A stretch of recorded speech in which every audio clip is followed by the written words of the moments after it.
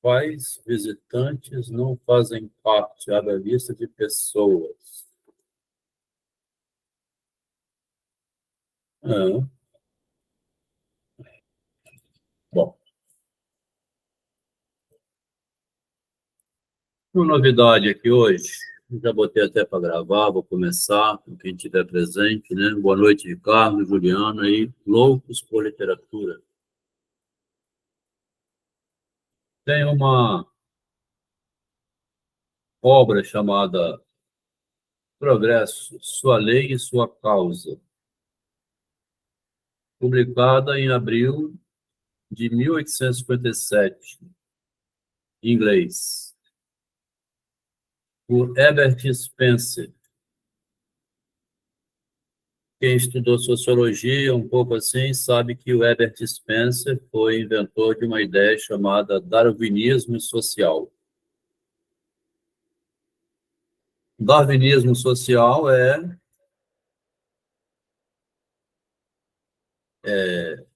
Darwin na sociedade, né? Seria sobrevivência da espécie no meio social. A concepção corrente de progresso está mudando e é indefinida. Algumas vezes compreende pouco mais que um simples crescimento, como de uma nação, no número dos membros e na extensão do território, sobre o qual ela se espalha, né, se estende. Algumas vezes, referência à quantidade de material produzido, né, o PIB, Produto Interno Bruto. Avanço na agricultura, na manufatura, e são os tópicos mais medidos, né? Crescimento na produção de soja, essas coisas. Outras vezes, a qualidade superior desses produtos é contemplada. Em algumas outras vezes, aplicativo, vamos chamar aplicativo aqui? Appliances que melhoram, né? Máquinas, tratores, aviões que vieram crescendo aí com o tempo, né? Através do qual aquelas coisas são produzidas, né? Eu uso o trator para melhorar a agricultura. Ou quando outra vez, não falamos de moral e intelectual progresso, tá vendo? Já não é mais. Então, Spencer escreve um livro sobre o crescimento moral, intelectual, financeiro, organizacional, industrial de uma sociedade. Ele é anterior ao Darwin, né? Muita gente diz que o Darwin só escreveu a origem das espécies animais por causa do livro do Spencer. Quando é da ordem moral ou inteligencial, né, inteligência intelectual, nós referimos aos estados que o indivíduo ou a pessoa se exibe, né? Exibe. Olha o narcisismo aqui, exibir, né? Mostrar. A pessoa física, né? Estados do indivíduo ou pessoa. Os estados do indivíduo ou da Marlon Brando, né? Agora Gisele Bündchen, Ayrton Senna, Alexandre o Grande, lá no início, né? Sócrates. Quando o progresso, ciência, arte. Então, o Spencer escreveu um livro, tá? Que a gente lendo mais assim metaforicamente, que é o que o Machado escreve, né? Metáforas, né?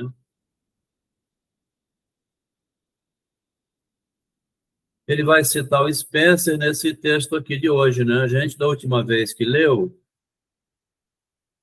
viu o Spencer, mas eu não dei muito valor, não.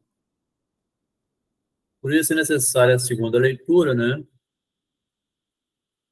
Porque em 1860, sem ter lido nada disso, o Machado escreveu imitando, né?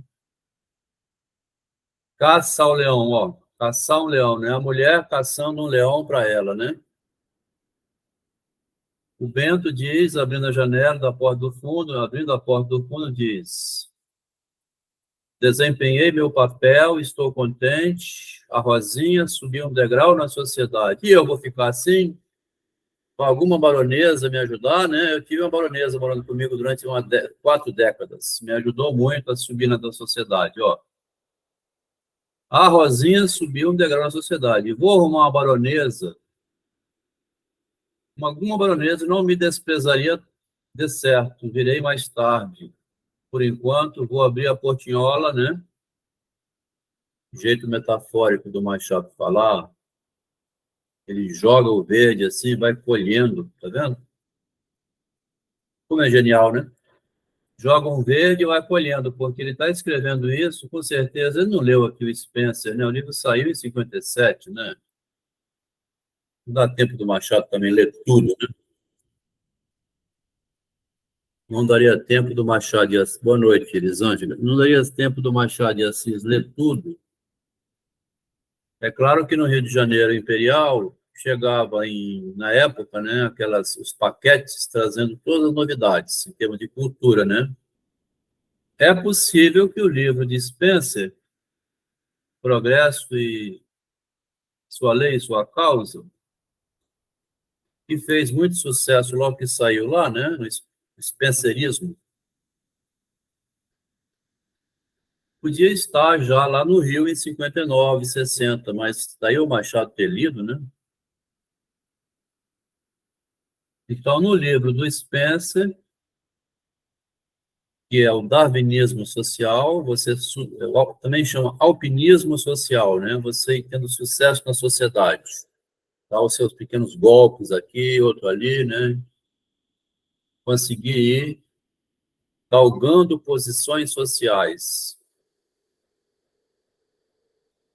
E ele traduziu, então, Caça ao Leão, Chasse ao Lion, né, no francês.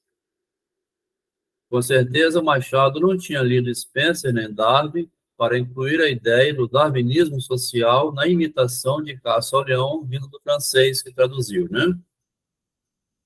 O Machado, do jeito que tem um demônio na cabeça, ele botou o nome do personagem Bento, que lá em 40 anos depois aparece em Dom Casmurro com o mesmo Bento, né? Casou com a Capitu, foi a baronesa que fez ele subir um degrau na sociedade, obrigando ele a publicar um livro da traição, né? O Machado considera o caiporismo sempre necessário para haver progresso. Você leva uma rasteira para você aprender a não ser idiota, não é isso? Esse que é o pensamento do Machado de Assis, né? Lá no Anel de Polícrates, quando o cara cai do cavalo, é para aprender a dominar o cavalo, e não para ficar tomando cachaça, deprimido, melancólico, né? A gente já leu isso. Então, o Machado gosta do caiporismo também, porque se você leva um fora, é para você ficar esperto, né? Então, o Bento veio mais tarde, e ele, no final da peça, ele põe essa adaptação que não existe no francês, né? Isso aqui é criatividade do Machado. Não existe essa frase aqui no original, né? Ele traduz, até isso ele faz, traduz pirateando, né? Ninguém mais. Desempenhei o meu papel, estou contente. A Rosinha subiu um degrau na sociedade, porque ela casou com um visitante, né? Quem lembra dessa peça é assim. A Rosinha e a Sofia estudavam junto numa escola. A Sofia foi ser cortesã, com isso ela ficou milionária. E a Rosinha, que era amiga dela, de escola, né? A Sofia colocou a Rosinha para ser empregada doméstica. O Machado é campeão nesse tipo de jogo, porque então a Rosinha, como empregada doméstica, um dia que vem visitar um sujeito para namorar com a cortesã, ela dá um jeito de conquistar esse homem, que é o Durval, para ser marido dela, né? Com a ajuda do Bento. Por isso que o Bento fala essa frase. Desempenhei meu papel, ajudei a Rosinha a conquistar um marido. Estou contente. A Rosinha subiu um degrau na sociedade. Esse é o darwinismo social, tá vendo? E o Spencer fala aqui no Progresso, o livro de 57, que o Darwin publicou em 59, Origem das Espécies. Eu tenho um encadeamento muito interessante no trabalho do Machado, que é um trabalho de literatura, mas muito ligado à vida real. Tá? Não é um delírio.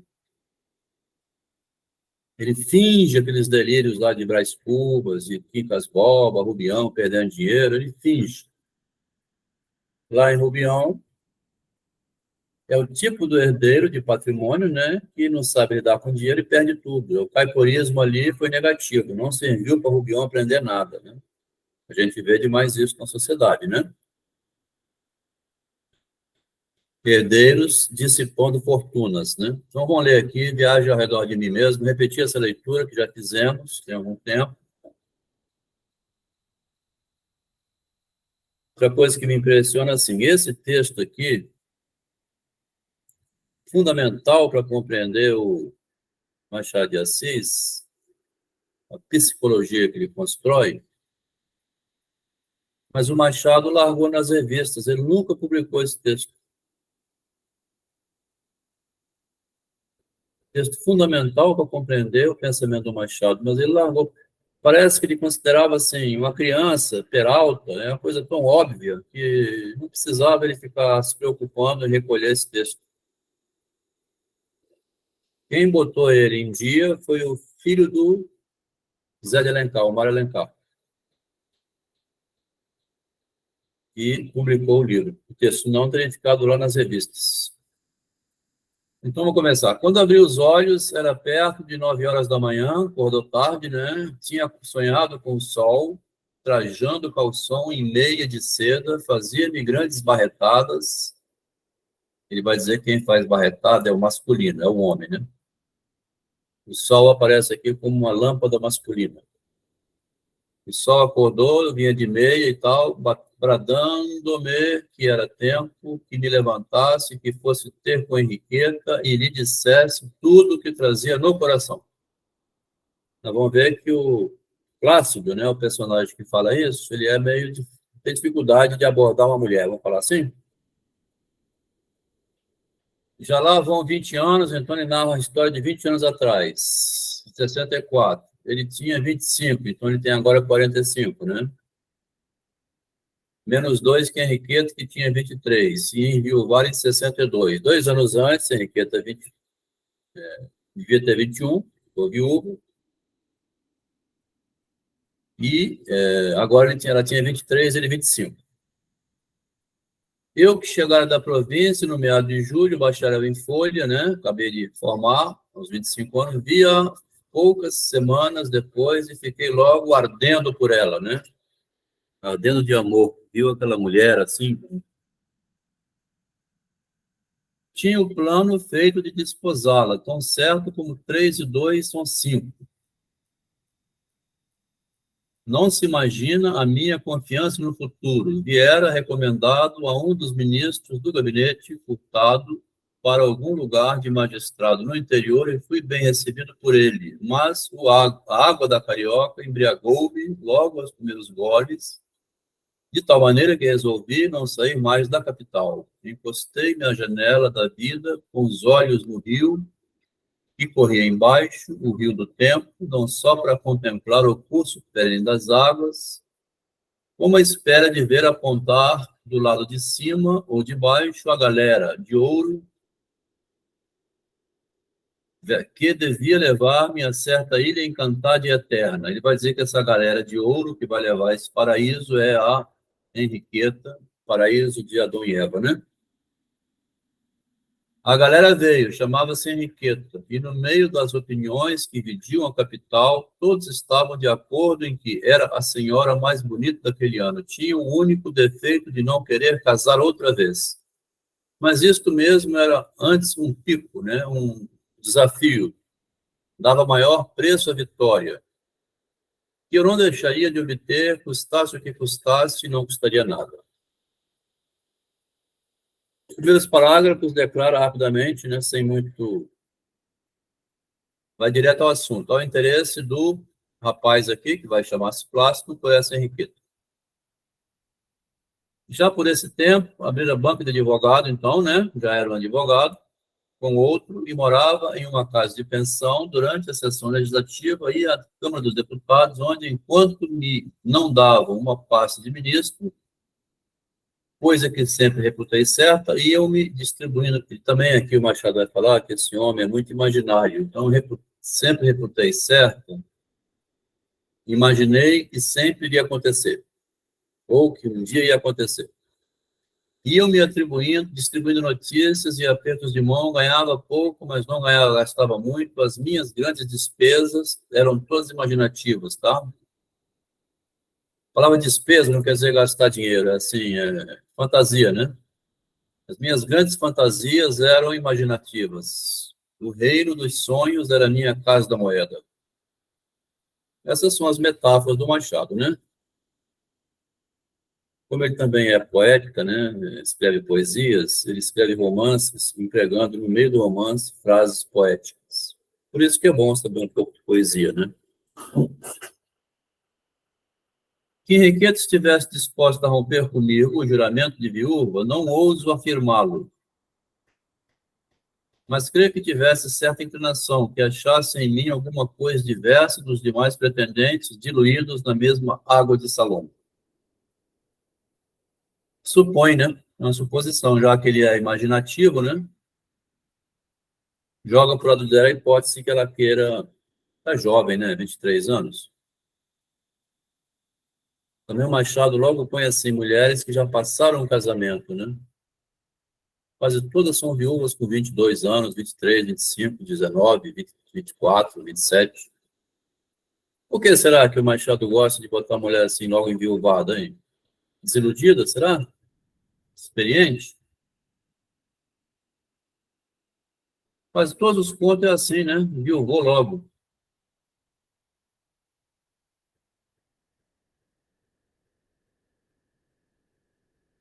Viu em mim o gênero singelo e estático, para empregar uma figura de linguagem, né, que serve a pintar a nossa situação, a nossa situação respectiva. Mas chama a atenção dos homens que querem se afirmar, autoafirmar. Será?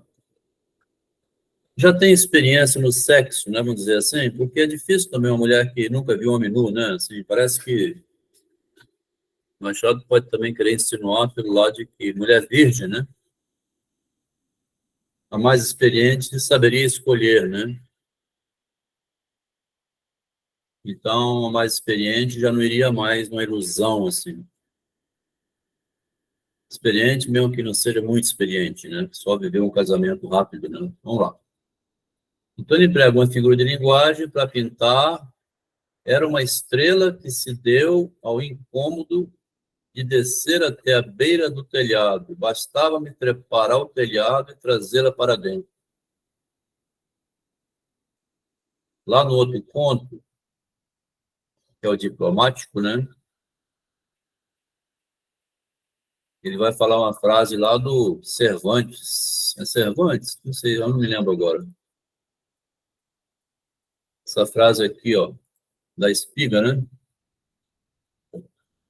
O pior é que entre a espiga e a mão há o muro do poeta, e Rangel não era homem de saltar muro. Por isso que eu botei os dois contos para hoje juntos. Eles estão ligados aqui nesse elemento aqui, ó. A estrela, né? Ela era uma estrela que desceu até a beira do telhado, mas eu tinha que trepar no telhado e trazer ela para dentro. Então, estava assim, ao alcance da mão, mas eu não conseguia pegar, né? Ah, é? Olha só que interessante. O pior é que entre a espiga e a mão tem o muro do poeta. Desta vez, o muro não era alto, a espiga era baixinha, bastava esticar o braço com algum esforço, entende? Como é difícil para um homem também botar a mão no peitinho da mulher, né? O corpo nu dela, tirar a calcinha, essas coisas que você tem que esperar a autorização dela, mas ela também não pode dizer isso, né? Pode vir tirar minha calcinha. Não tem. E os personagens masculinos tendem a acreditar que a mulher vai tomar o lugar, né? Só que elas não tomam. elas parecem que manipulam a ação do personagem masculino. Aonde? Aqui no Machado? Sim, quer dizer, como eu vejo. Mas manipula como? Porque aqui ele vai dizer assim, ele fica gago, fica mudo, tem um intervalo de silêncio, ele fica desesperado para não... Não, a intenção, no caso, como se o homem projetasse que a mulher tem uma desenvoltura melhor, então nisso ele poderia eliminar parte da timidez dele, só que em termos de desempenho ela não cumpre com a expectativa do personagem masculino, né? Só cumpre com a parte que faz um movimento que agrada a ela. Ah, tá. Quer dizer, expõe, né? Mas o cara que fica na função de... a iniciativa, ela deixa exposto, mas é como você vê uma moça linda num salão, você quer tirar para dançar, você tem que ir lá, senão ela não vai pedir, né? Vem cá me tirar para dançar. A mulher não pode falar uma coisa dessas, né? Bom, pelo menos... Então ele diz, né? Uma estrela desceu e ele tem que subir no telhado, né? Ela desceu, uma estrela veio lá do infinito, desceu até o telhado. É muito mais fácil para ele subir só o telhado, né? Mas era justamente o que não acabava de fazer, esperando que ela descesse por seu pé até o peitoril da janela. Orgulho não, acanhamento, apatia. É bom a gente lembrar que o Plácido é o mesmo menininho que foi no quintal do vizinho, ele vai falar isso, né? Ele tem um medo, então, herdado da infância, de a cada vez que ia pegar fruta no quintal do vizinho, roubar para ele via na frente dele, ele mesmo brigando com ele, tá? Então, como é difícil para a função masculina também, né? Naquele tempo, hein? Imagina hoje. Cheguei ao ponto de crer que era aquele o costume de todos os astros. Ao menos o sol não hesitou em fazê-lo naquela célebre manhã. Então, aquela manhã, o astro Sol, que seria o marido da estrela, né? Desceu de calção, ele falou, né? Mas não era ele, era um astro. O que ele está falando aqui? Eu vou usar uma figura, ó. Vou empregar uma figura, né? Já tinha empregado a figura do Sol. Agora da estrela. Aí voltou ao Sol, ó. Depois de aparecer-lhe, como digo, de calção e meia, despiu a roupa, entrou-me pelo quarto com os raios nus e cruz.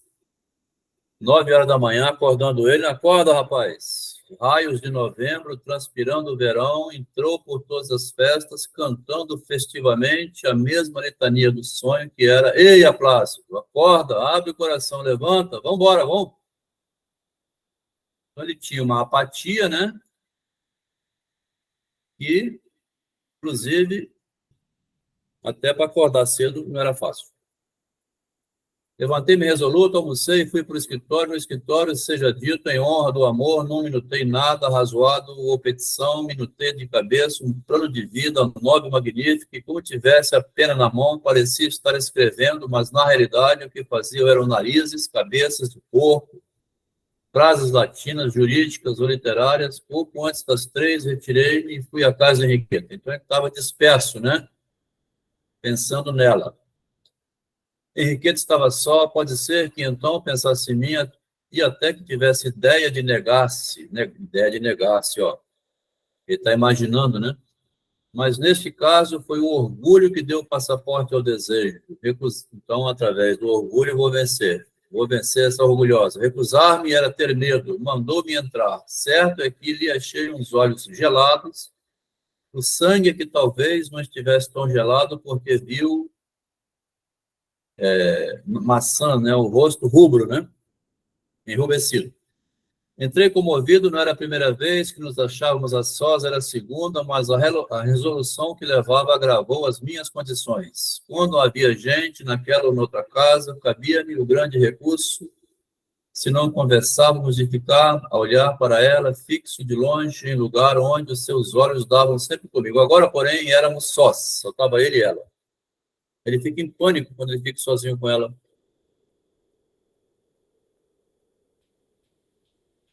O cara tem que partir para cima e lá tirar o vestido, né? Deixar nua. Pensei que me deixasse ir para Petrópolis sem ver-me. Ela joga aqui, ó. Você vai me deixar eu ir embora sem vir me ver? Balbuciei uma desculpa, né? Ele ficou balbuciando, né? Na verdade, o calor estava apertando e era tempo de subir. Quando subia para Petrópolis? Respondeu no dia 20 e 21 de dezembro, e a pedido meu descreveu uma cidade. Aí ele pede, né, ele gosta das falas dela. Ouvia dizer-lhe, disse-lhe também alguma coisa, eu perguntei se ia a certo baile do Engenho Velho, depois veio mais isto e mais aquilo, aí ele fala assim, o que eu mais temia eram as pausas, tá vendo? Quando dá aquele silêncio, aquela espera para ver se ele toma iniciativa, ele tem pânico, ó.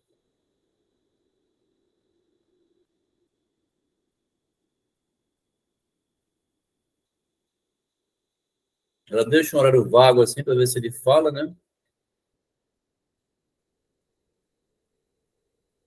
Ele temia as pausas.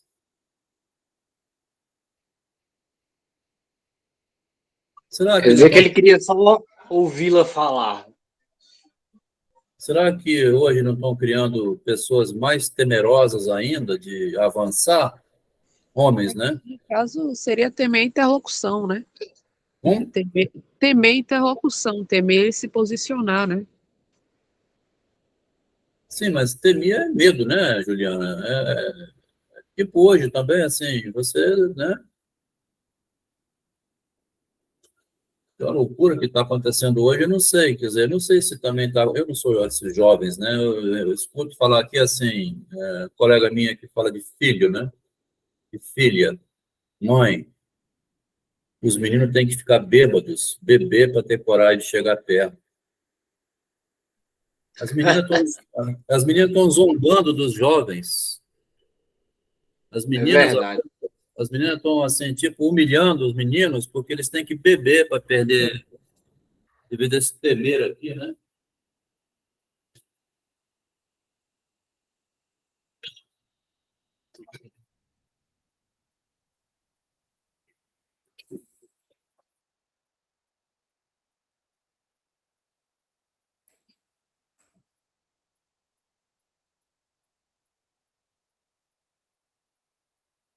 De qualquer maneira, dá um dilema, né? Então, com relação a...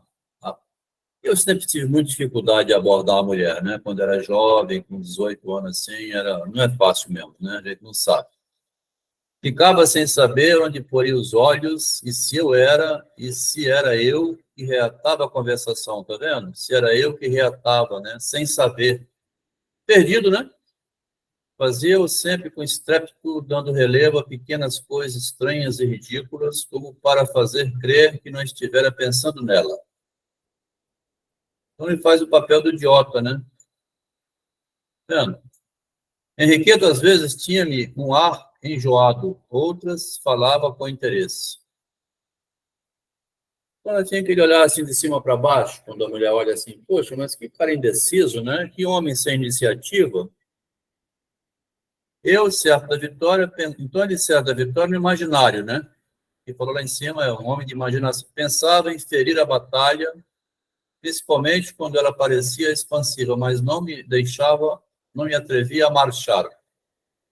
Minutos voavam, bateram 4 horas, depois 4h30. Vamos, disse comigo, agora ou nunca, vamos lá. Vou pegar a fruta no quintal do vizinho, né? Vai lá, Plácido. Só que tinha ele mesmo em dúvida. Olhei para ela olhava para mim, logo depois, ou casualmente, ou porque receasse que eu lhe ia dizer alguma coisa e não quisesse escutar-me, falou-me de não sei que anedota do dia, abençoada anedota, âncora dos anjos, agarrei-me à anedota que ela contou, né? Contente de escapar à minha própria vontade. Que era mesmo? Lá vai, não me recordo o que era, porque 20 anos se passaram, né? Lembro-me que a contei com todas as variantes, que analisei, corrigi pacientemente até às 5 horas da tarde. Capítulo 2, ele vai falar da formação do menino. Transitando Taylor, achou entre os groenlandeses a opinião de que há no homem duas pessoas iguais, que se separam às vezes, como acontece durante o sono, em que uma dorme e a outra sai a caçar e passear. Parece Freud aqui, ó. A personalidade dividida, né? Thompson e outros e o Machado não leu Freud, né? Thompson e outros apontados em Spencer, olha o spencerismo aqui, né? Spencer, parece que o Machado leu Spencer, tá vendo? Afirmam ter encontrado a mesma opinião entre vários povos e raças dispersas, que é o problema do impasse ou da dúvida moral, né? Como diz lá em cima no textinho aqui, né? Citando aqui o Spencer, texto original dele, né? Quando nós, de novo, falamos do moral e do intelectual, progresso moral e intelectual, né? Estados do indivíduo ou pessoas que exibem essas qualidades. Porque tem um problema moral envolvido, né? Spencer afirma ter encontrado o testemunho egípcio, ele vai no Maspero, é mais complicado. Acreditavam os egípcios que no homem duas, além de várias, no homem, além de várias almas espirituais, uma totalmente física. Uma alma física. Reprodução das feições, dos contornos do corpo, um perfeito facsímile. Não quero ir aos testemunhos de nossa língua e tradição, anotarei apenas dois. Olha como é que o Machado é sintético, né? Não vou buscar mais citação, referência, vou falar dois. O milagre de Santo Antônio, que estando a pregar, interrompeu o sermão. Sem deixar o púlpito, foi a outra cidade salvar o pai da forca. Eu não sei se na Bíblia tem isso, mas deve ter para falar, né? Eu não sou leitor da Bíblia, né? Santo Antônio ficou no púlpito e, ao mesmo tempo, outro pedaço dele saiu correndo e foi salvar o pai. Ou os versos de Camões que diz, entre eu e eu mesmo, não sei o que apareceu, o que se levantou, que eu tão inimigo, amigo, inimigo sou, dentro de mim eu tenho alguém brigando comigo mesmo. E tais versos estejam aqui no sentido figurado, né? Ou sentido natural. São dois eus. Na verdade, não poderia ter, então deve ser eu imaginário brigando comigo mesmo, né? Entre mim e mim mesmo não fosse realmente duas pessoas tangíveis. Pela minha parte, se era alucinação ou realidade, não importa. Sei que, então, em criança, um desses casos aconteceu. Tinha ido ao quintal do vizinho tirar umas frutas, meu pai brigou comigo de noite, na cama, dormindo ou acordado, mas eu acho que acordado não era dormindo. Vi diante de mim a minha consciência moral, né? Eu vi uma fantasia, um sonho, sei lá, brigando comigo, me censurava duramente. Rapaz, olha o que você está fazendo, hein? Seu pai te pega e dá uma surra. Viu-se a si mesmo, se questionando sobre o que faz, em dúvida se age ou não, é o homem diante da lei lá do Kafka, né? O homem passou uma vida na porta sem entrar.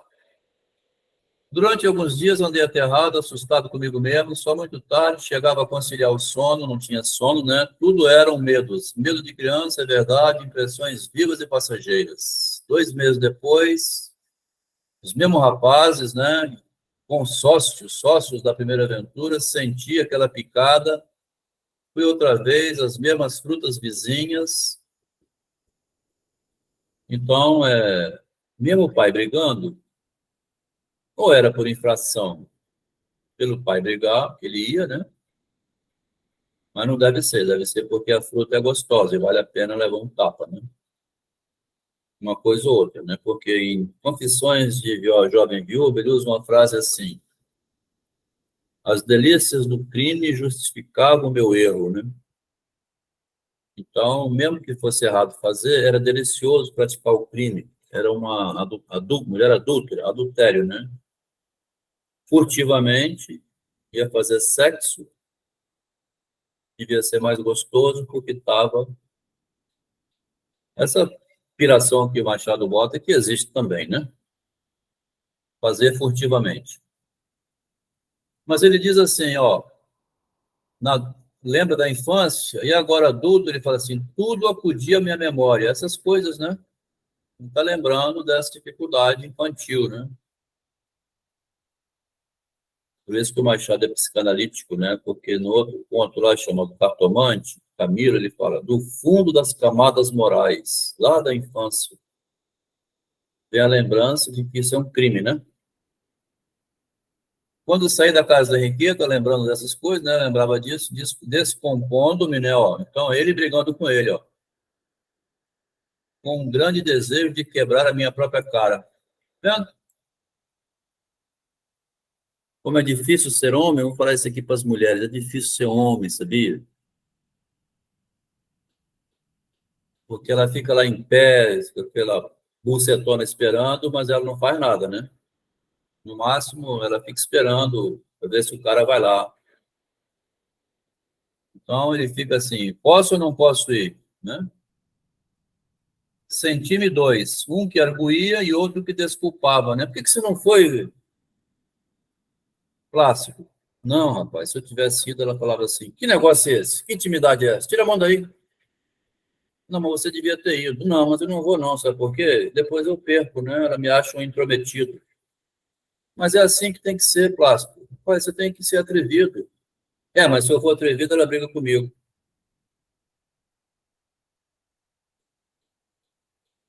Tá vendo? Nomes que eu nem admito que andem na cabeça de outras pessoas a meu respeito foram então ditos e ouvidos por mim mesmo. Maior indignação na rua e no jantar.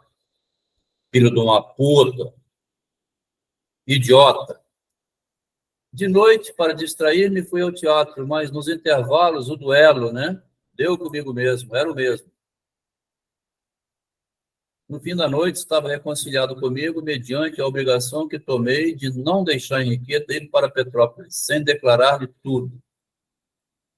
Casar com ela ou voltar, né? Ele só imagina, né? Vou falar tudo para ela. Não vai falar, rapaz, cuidado. Se você fala, você entrega tudo. Não, mas é bom falar. Não, não fala, não. Sim, disse a mim mesmo, ela há de pagar-me com o que me fez fazer ao Veiga. Vamos ver quem é o Veiga, né? Veiga era um deputado que morava com três outros rapazes na casa de pensão e de todos os da legislatura foi o que me se mostrou particularmente amigo. O Veiga emprestou um dinheiro a ele. Estava na oposição, mas prometia que, tão depressa caísse o ministério, faria por mim alguma coisa. Um dia prestou-me generosamente um grande obséquio, sabendo que eu andava atrapalhado com certa dívida, mandou pagar a dívida por portas travessas. Indiretamente inventou um jeito. Fui ter com ele, logo que descobri a origem do favor, agradeci o favor a ele com lágrimas nos olhos. Ele meteu o caso à bulha, né? Ah, esquece isso, cara. E acabou dizendo que não me afatigasse em arranjar-lhe o dinheiro, bastava pagar quando ele tivesse de voltar à província, fechadas as câmaras ou em maio que fosse. Então, Veiga fez nele uma dívida de gratidão, pagou um débito dele, né? Pouco depois, vi Henriqueta e fiquei logo namorado, encontramos-lo algumas vezes. Um dia recebi o convite para um sarau em casa de terceira pessoa, propícia aos meus desejos e resolvida a fazer o que pudesse para ver-nos ligados. Então, tinha aqui um cupido, né? Alguém fazendo um papel que ia ligar os dois. Chegou o dia do sarau, mais de tarde no jantar, dei com uma novidade inesperada. Olha o problema, ó, Veiga, que ele tem sempre esse problema da dúvida, né? Veiga, que na véspera, à noite, tiver alguma dor de cabeça e calafrios, amanheceu com febre que se fez violenta para a tarde, já era muito, mas aqui vai o pior. Os três deputados, amigos dele, tinham de ir a uma reunião política e haviam combinado que eu ficasse com o doente e mais um criado, até que eles voltassem, não seria tarde. Você fica, disseram-me. Aqui tem o pai, ó. Lembra o pai? O pai ralhou comigo, né? Você fica. Disseram-me, antes da meia-noite estamos de volta. Não saia daí, tá bom? Plácido, um rapaz aí que te deu dinheiro e você não vai abandonar ele agora, né? Tchau. Ele querendo ver a Henriqueta, o cara doente na cama. Tentei balbuciar, sempre tem um balbucio, né? Uma desculpa, mas nem a língua obedeceu à intenção, nem eles ouviriam nada. Já me haviam dado as costas. Mandei-os ao diabo, eles só mandam ao diabo sem que ninguém escute nada, né? Na imaginação. Mandei-os ao diabo, eles e os parlamentos. Depois de jantar, fui vestir-me para estar pronto, enfiei um chambre em vez de casaca e fui para o quarto do Veiga. Este ardia em febre, mas chegando eu à cama, viu ele a gravata branca, o colete, e disse-me que não fizesse cerimônia, que não era preciso ficar. Não vou. Vai, doutor. O João fica. Eles voltam cedo. Voltam às 11. Aquele mente, né? 11 que seja. Vá. Fiquei em dúvida entre ir e ficar. Balanceei, né? O dever atava meus pés, o amor abria minhas asas. Ó, aqui a ambiguidade, né? Ambiguidade. O dever amarrava meus pés e o amor tentava me soltar. Olhei durante alguns instantes para o doente que jazia na cama com as pálpebras caídas, respirando a custo. Os outros deviam voltar à meia-noite. Eu disse 11 horas, mas foi meia-noite que eles mesmo declararam. Quer dizer, estou com vergonha de falar tarde, né? E até lá entregue ao criado. Vá, doutor. Já tomou o remédio? Perguntei. A segunda dose às 9h30. Puse a mão na testa, era uma brasa. Tomei-lhe o pulso, era um galope. Boa noite, Roberto. Então o rapaz estava mal mesmo. Enquanto hesitava ainda, consertei-lhe os lençóis. Depois fui arranjar algumas coisas no quarto e afinal, tornei ao doente. Para dizer que iria, mas estaria cedo de volta. Abriu apenas metade dos olhos, respondeu com um gesto, apertei-lhe a mão. Não há de ser nada, amanhã está bom, disse-lhe saindo. Corri a vestir a casaca, fui para casa onde devia estar a bela Henriqueta, não achei ainda, chegou, mas deu sorte que ela chegou depois, né? Então ele também conta com uma sortezinha, né? Se ele tivesse chegado lá, tivesse ficado umas 2 horas lá sem ele, pensou? Deu sorte que quando ele chegou, ela não estava lá ainda. A noite que passei foi dos melhores daquele tempo. Sensações, borboletas fugitivas que Laídes... Então ele está lembrando 20 anos antes. Borboletas fugitivas que Laídes pudesse eu recolher-vos todas e pregar-vos aqui neste papel, para recreio das pessoas que leem. Machado inclui piada no meio do texto, né? Isso é uma piada, né? Ele está escrevendo 20 anos depois, uma história, né?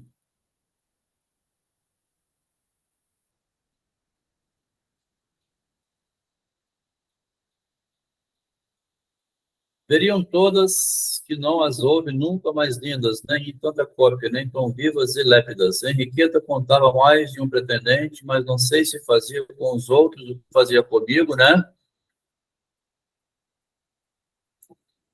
Que era mandar-lhe um olhar de quando em quando. Ele tem dúvida se ela também não flertava com outros, quer dizer, ele não tem segurança nenhuma, parece,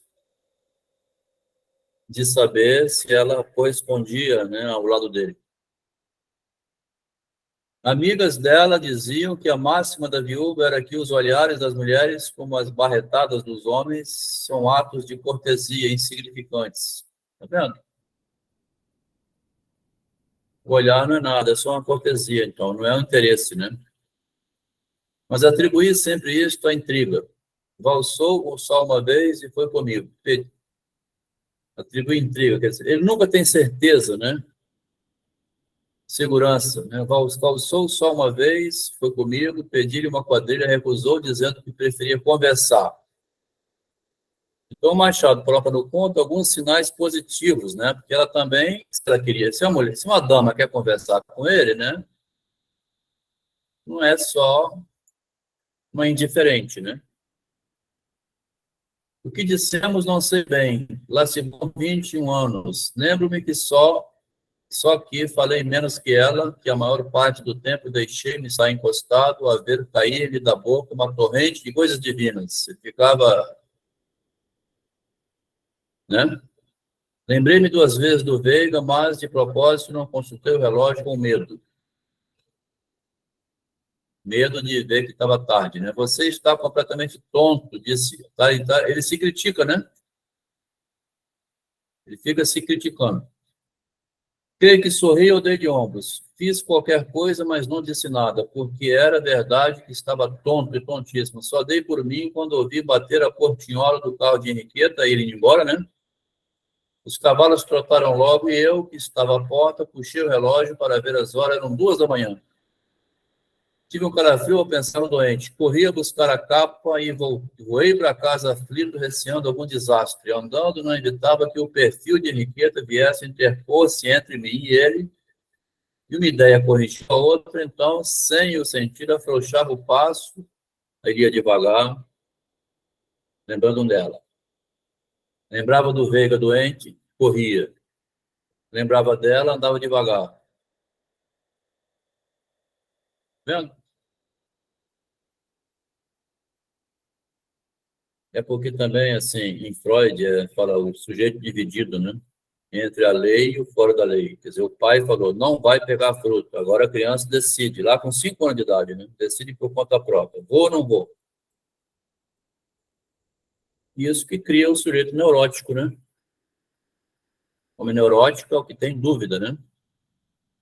Você não pode ir fazendo também sem ter autorização nenhuma da mulher. Precisa observar se tem alguma concessão do lado dela para invadir o corpo dela. Tá vendo? Que coisa estranha. Assim como na empresa, no trabalho, para ser empresário, né? Para ser empresário precisa ser assim, meio louco, né? Você vai em frente, né? Vai atacando, né? Você põe um troço, aí deu errado, não vendeu, você começa outro. Cheguei a casa, corri ao quarto do Veiga, achei o mal. Um dos 3 deputados velava, enquanto os outros tinham ido tomar algum repouso. Havia regressado da reunião antes de 1 hora e acharam o enfermo delirante. O criado adormecera.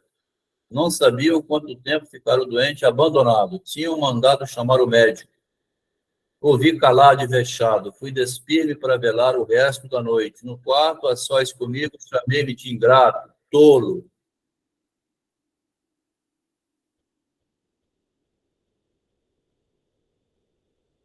Boa noite, Adriano. Bem-vindo aí à leitura, tá? Chamei-me de ingrato, tolo, né? Como é que você faz isso, Plácido? Deixa um amigo que salvou de uma dívida para ir lá ver uma mulher que você pode ver outro dia, rapaz, né? Deixar um amigo lutando com a doença para correr atrás de uns belos olhos que podiam esperar. Caí na poltrona. Não me dividi fisicamente, como me parecer em criança, mas moralmente desdobrei-me em 2. Um que imprecava, outro que gemia. Tá vendo? Que interessante. Vamos lembrar que o Spencer, né, lá em cima, em darwinismo social, ou alpinismo social, ou subir na vida, você tem que ser um pouco agressivo, né? Não pode ser esse homem completamente neurótico assim, né? Totalmente indeciso, né? Entre a lei e o não, né? Ele está lembrando, pelo que o Machado diz, né? O Machado diz isso, mas nós somos um pouco assim também, né? Lembrando, né? Você tem repercussões infantis, que é o momento em que nasce o eu da criança, o eu responsável por si mesmo, né? Que é a imagem que a gente tem que ter, né? Porque se você não se cuidar de você mesmo, você é preso, né? Se for roubar ou fazer o que não deve, exageradamente, explicitamente, todo mundo sabendo, né? Então, tem a divisão que ele aparece na infância e permanece moralmente nele, né? Você pode roubar, mas escondido, né? Sem ninguém saber, né? A mulher fala no ouvido assim do Adão, pega a maçã, Adão, pega. Quem pega é o Adão, ela não pega nada, né? Não me dividi fisicamente, como me parecer em criança, mas moralmente, né? Eva, mas Deus foi dar uma voltinha, ele pode voltar, pega a gente aqui transando, né? Você aí e tal. Ah, Dom, esquece Deus, rapaz. Esquece, vem cá, vem. Tá vendo esse buraquinho aqui? Eva, mas é para fazer o quê? Ah, você sabe, vem cá, vem, meu amor. Aí o Adão, aí daqui a pouco Deus volta. Vocês dois estão para as vergonhas. Saia daqui, saia, animais. Aí Deus mandou os dois embora do paraíso. O paraíso era lindo se não tivesse sexo, né?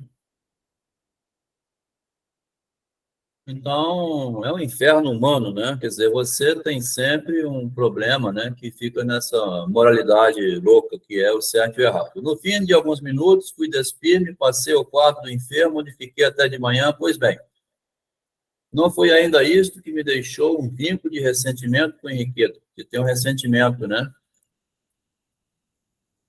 O azar, caiporismo, é o ressentimento. Deixa o ressentimento que ele transfere para ela, né?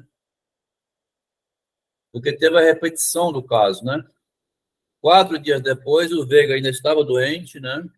Tive de ir a um jantar, a que ela ia também, jantar não é baile, disse comigo, vou e volto cedo. Fui e voltei tarde, muito tarde. Um dos deputados disse-me quando saí que talvez achasse o colega morto, né? Já tem 4 dias que ele está doente, pode estar morto, hein? Era a opinião do médico assistente. Redargui vivamente que não, era o sentimento de outros médicos consultados. Voltei tarde, repito, não foram os manjares, posto que preciosos, nem os vinhos dignos de Horácio. Foi ela, tão somente ela. Não senti as horas, não senti nada. Quando cheguei à casa, era perto de meia-noite. Veiga não morrera, estava salvo do perigo, mas entrei tão envergonhado que eu simulei doença, né? Eu não estou bem. Imagina o nível desse sujeito. Meti-me na cama, dormi tarde, mal, muito mal. Agora não devia acontecer-me o mesmo. Vá que, em criança, corresse 2 vezes as frutas do vizinho, mas a repetição do caso do Veiga era intolerável, e a deste outro seria ridícula.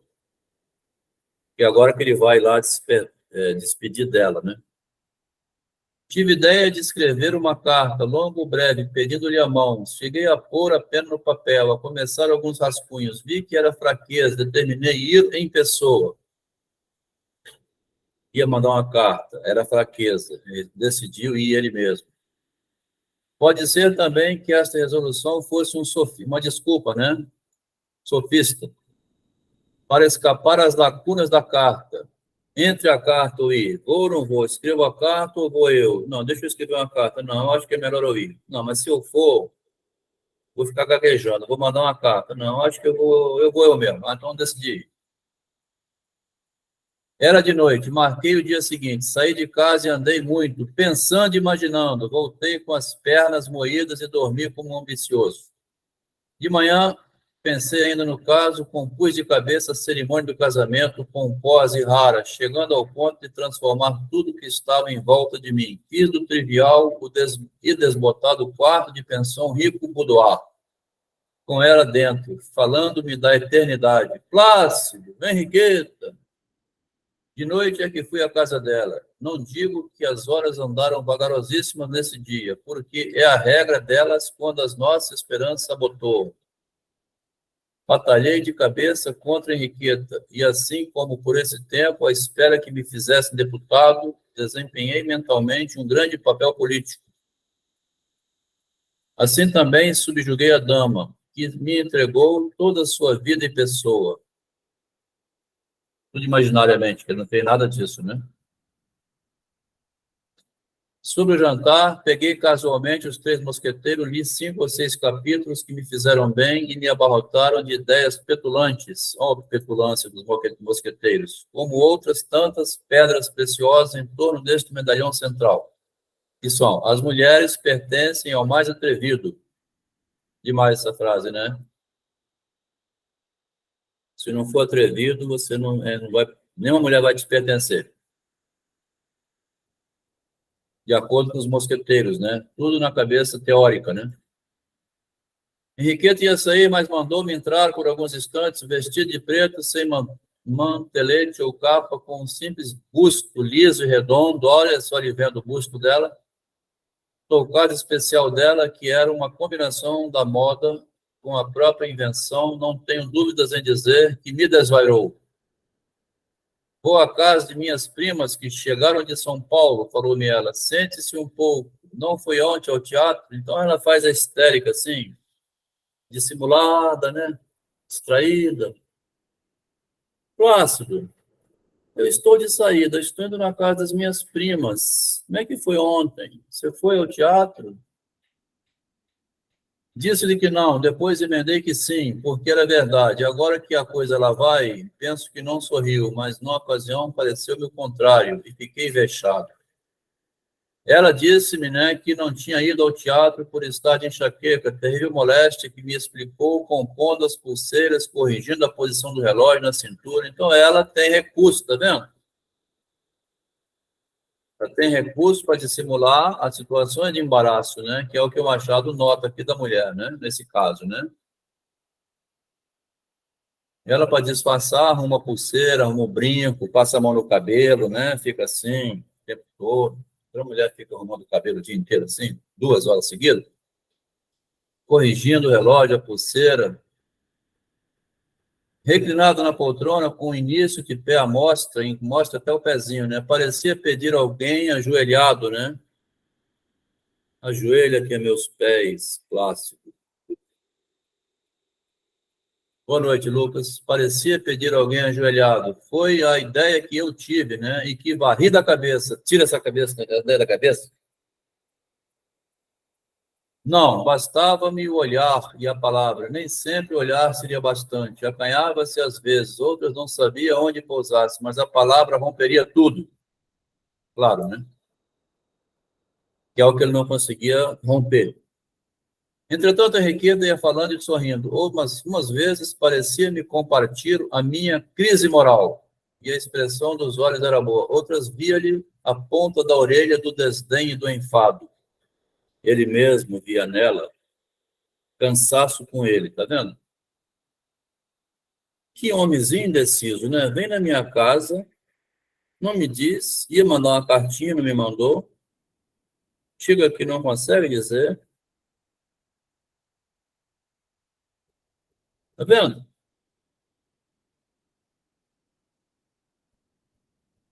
Ela tinha que ir lá pegar a mão dele e falar assim, bota a mão aqui no meu seio, bota o plástico aqui dentro, ó. Pegou no meu seio? Tem que a mulher ensinar o homem quando ele não consegue, né?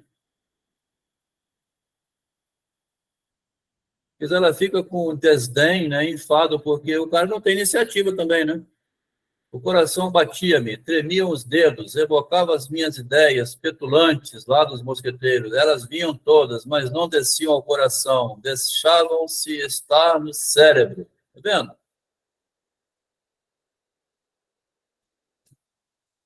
De repente, calamos-nos, não sei se por 3 minutos, 5 minutos, se 10 minutos, os dois calados, lá um olhando para o outro. O que esse pateta veio fazer aqui se ele não fala nada, hein? Lembro-me só que a Henriqueta consultou o relógio. Compreendi que era tempo de ir. Ela começou a olhar o relógio. Pedi licença. Ela levantou-se e logo estendeu a mão. Recebia, olhei para ela com a intenção de dizer alguma coisa, mas achei-lhe os olhos tão irados, tão aborrecidos, não sei bem. Lá vão muitos anos, né? Tem 20 anos. Saí. Chegando ao salão, dei com o chapéu, um golpe no ar. Puta merda. Chamei-lhe um nome feio, tão feio que não ponho aqui. Frouxo. A carruagem estava à porta. Fui colocar-me à distância para vê-la entrar. Não esperei muito tempo. Desceu, parou à porta um instante, entrou, o carro seguiu. Fiquei sem saber de mim. Pus-me a andar. 1 hora depois, um pouco depois, encontrei um amigo, um colega do foro, que ia para casa. Fomos andando, mas ao cabo de 10 minutos, você está preocupado, falou ele. Que tem? Perdi uma causa. Tá? Perdi uma causa, né? Uma causa judiciária. Não foi pior que a minha. Já lhe contei o inventário do Marcos, ele entendeu que fosse a causa jurídica mesmo. O amigo, né? Contou o inventário do Marcos, sem poupar nada, petição, avaliação, embargo, réplica, tréplica, sentença final, uma sentença absurda, iníqua. Eu, enquanto ele falava, ia pensando na bela Henriqueta. Tinha perdido pela segunda vez, e então lembrei-me do caso Veiga, em que os meus planos falharam de igual modo, e o das frutas, que eu não era criança. Ao pensar nas frutas, pensei também no misterioso desdobramento de mim mesmo, e tive uma alucinação. Sim, senhor, é verdade. Pareceu-me que o colega que ia comigo era a minha mesma pessoa, que me punha a mão à cara, irritado, e me repetiu o impropério do saguão, que não escrevi nem escrevo. Parei assustado e vi que me enganara. Eu logo ouvi rir no ar e levantei a cabeça. Eram as estrelas, contempladoras remotas da vida, que se riam dos meus planos e ilusões com tal força que cuido arrebentaram os colchetes, enquanto o meu colega ia concluindo furioso o negócio do inventário do mato. Um escândalo. A própria justiça, aqui ele fala de justiça, ó, Machado de Assis, né? O problema da justiça, né? Que não distribui coragem igualmente a todos, né?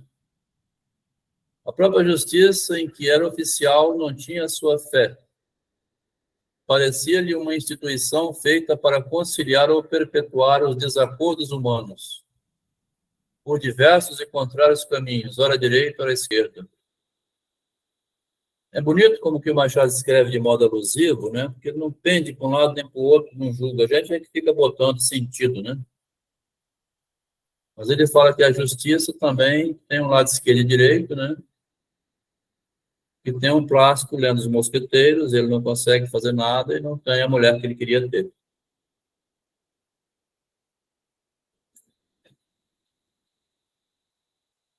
Temos aqui a audiência, né? A Márcia, Juliano, Freud, Roberto, Elisângelo, Lucas, Ricardo. E aí, como é que foi essa leitura, hein? Machado mostrando um homem indeciso, Kafka diante da lei, né? Ele não sabe calcular as ações e culpa a moça. Um menino ainda. Casamento é para homens. Loucos por amor é meio pirada, né? Olha só. Casamento é para homens. Ele é um menino. Não sabe calcular as ações e culpa a moça. Ele não culpou a moça, não, né?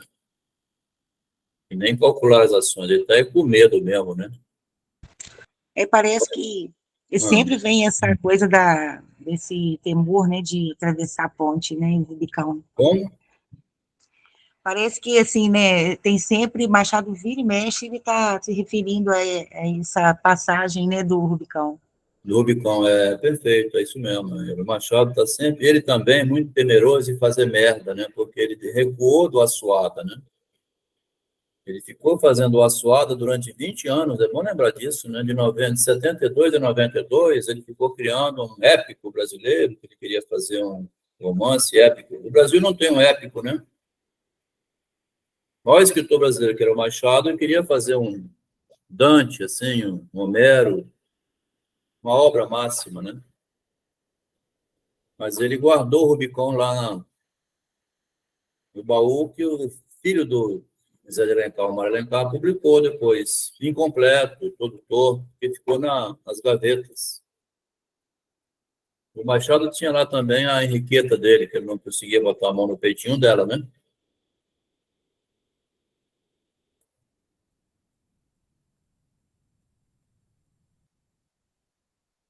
Um homem querendo ascender através dela? Acho que não, né? É a dificuldade mesmo de você arriscar contra a lei. É preciso ler o conto diante da lei, né?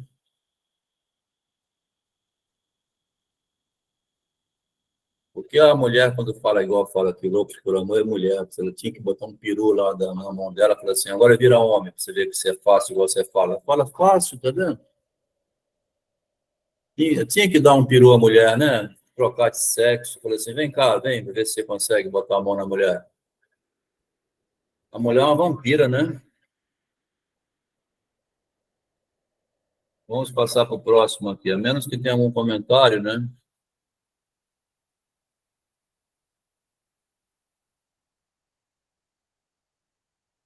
Vamos apresentar aqui agora o diplomático, é quase a mesma coisa, né? Só que o ponto é interessante porque também, assim, como que o Machado bota o Freud, né? Sem ter existido Freud. Diplomático, agora em 9:15, vamos tentar ler o diplomático. O pior é que entre a espiga e a mão a gente já leu, levei para lá isso, né? Aqui no diplomático também tem a espiga, a mão. É outro ponto, tá vendo? Esse é de 96, porque a Academia Brasileira de Letras é de 97, né? A indecisão aqui seria sobre o movimento avançado do Machado, né?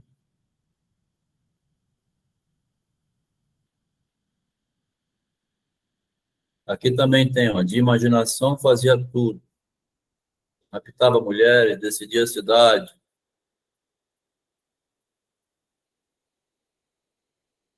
O diplomático. Então tem a posição. O Machado sempre vai botar a posição masculina pela indecisão e a posição feminina pela posição do aguardo, né?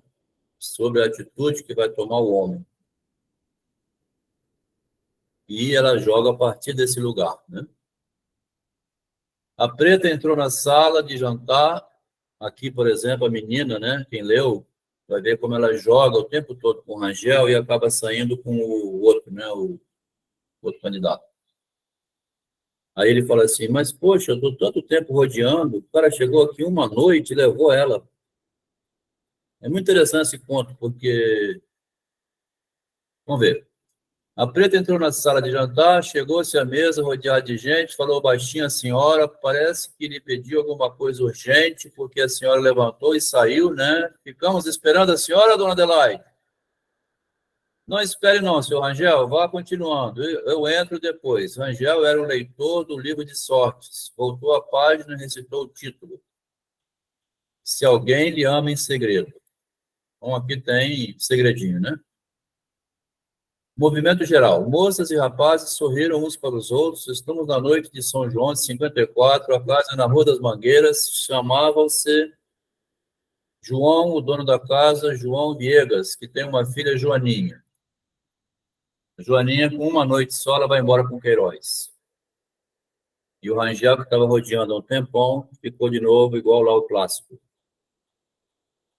Usa-se todos os anos a mesma reunião de parentes e amigos, arde uma fogueira no quintal, assam-se as batatas do costume, se tiram as sortes, parece que era um momento de fazer, assim, surgir pares de amor, né? Namoros, né? Também há ceia, às vezes, dança e algum jogo de prendas, tudo familiar. João Viegas é escrivão de uma vara civil da corte. Vamos! Quem começa agora, disse ele? Há de ser Dona Felizmina. Vamos ver se alguém lhe ama em segredo. Então, se alguém lhe ama em segredo. Dona Felizmina sorriu amarelo. Era uma boa quarentona, sem prendas nem rendas, que vivia espiando o marido por debaixo das pálpebras, devotas. Em verdade, o gracejo deve ter alguma solteirona aqui no grupo, doida para arrumar o marido também, igual a Dona Felizmina. Em verdade, o gracejo era duro, mas natural. Dona Felizmina era o modelo acabado daquelas criaturas indulgentes e mansas que parecem ter nascido para divertir os outros. Pegou e lançou os dados com um ar de complacência incrédula. Número 10, bradaram duas vozes. Rangel desceu os olhos ao baixo da página, viu a quadra correspondente ao número, leu. Dizia que sim, que havia uma pessoa que ela devia procurar domingo na igreja quando fosse à missa. Toda a mesa deu parabéns. Parabéns, dona Felizmina. Vai ter um namorado seu domingo na igreja. Ela sorriu com desdém, mas pelo interior do coração, cheia de esperança. Por fora uma coisa, por dentro outra. Outros pegaram os dados, Rangel continuou a ler a sorte, e cada um lia expeditadamente, de quando em quando tirava os óculos, limpava-os com muito vagar, no pano do lenço de cambraia, ou era devagar por ser cambraia, né, para exibir um pouco, né? Machado sempre com os detalhes de vaidade, né? Ou por exalar um fino cheiro de bogaria, presumia de grande maneira, e ali chamavam-lhe o diplomático. Rangel, né? Muita diplomacia, muita diplomacia. Antes, seu diplomático, continue. Rangel estremeceu e esqueceu-se de ler uma sorte, embebido em percorrer a fila de moças que ficava do outro lado da mesa. Namorava alguma delas? Vamos por partes. Era solteiro, por obra das circunstâncias, não de vocação. Em rapaz, teve algumas namoricos de esquina, mas com o tempo apareceu-lhe o comichão das grandezas. Ele cobiçava alguma noiva superior a ele. Prolongou o celibato até os 40 anos. e a roda em que vivia e gastou o tempo para esperá-la. Chegou a frequentar os bailes de um advogado célebre e rico para quem copiava papéis e que o protegia muito. Tinha nos bailes a mesma posição subalterna do escritório. Passava a noite, então no baile, ele tinha a mesma posição subalterna do escritório, né? Não tinha aquela posição de superioridade do homem confiante, né? Passava a noite vagando pelos corredores, espiando o salão, vendo passar as senhoras, devorando com os olhos uma multidão de espáduas magníficas e talhes graciosos, invejava os homens e copiava os homens, ó. Como escreveu aqui em cima, que louco por amor, né? Para ser homem, né? Parece que um homem querendo ascender a sociedade. Casamento é para homens, tá vendo? Como a frase aqui combina com essa. Invejava os homens, casamento é para homens. É isso mesmo, né? É porque também a mulher coopera em fazer do homem um homem, né? Ela fala assim, eu quero o meu homem. Aí o cara vira homem, né? Saía dali excitado e resoluto, em falta de bailes e as festas de igreja, onde poderia ver algumas das primeiras moças da cidade. Também era certo no saguão do Paço Imperial, em dia de cortejo, para ver entrar as grandes damas e as pessoas da corte, ministros, generais, diplomatas, desembargadores, e conhecia tudo e todos, pessoas e carruagens. Eu acho que minha mulher tirou a roupa e ficou nua porque eu devia estar indeciso. Quando quis, né, ficar com...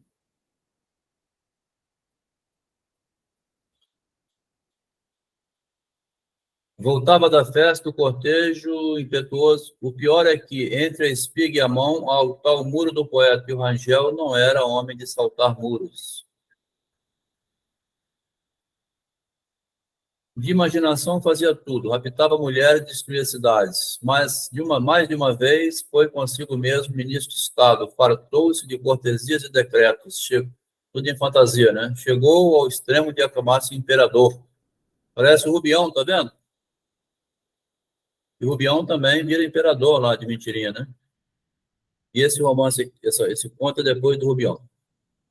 O dia 2 de dezembro, ao voltar da parada no Largo do Paço, imaginou para isso uma revolução em que derramou algum sangue, pouco, e uma ditadura benéfica em que apenas vingou alguns pequenos desgostos de escrevente. Cá fora, porém, todas as suas proezas eram fábulas. Na realidade, era pacato e discreto. Aos 40 anos, desenganou-se das ambições, mas a índole ficou a mesma e, não obstante a vocação conjugal, não achou noiva. Mas de uma o aceitaria com muito prazer, ele perdia-as todas à força de circunspecção. Muito circunspecto, né? Um dia reparou em Joaninha, que chegava aos 19 anos e possuía um par de olhos lindos e sossegados. Um dia, então, né?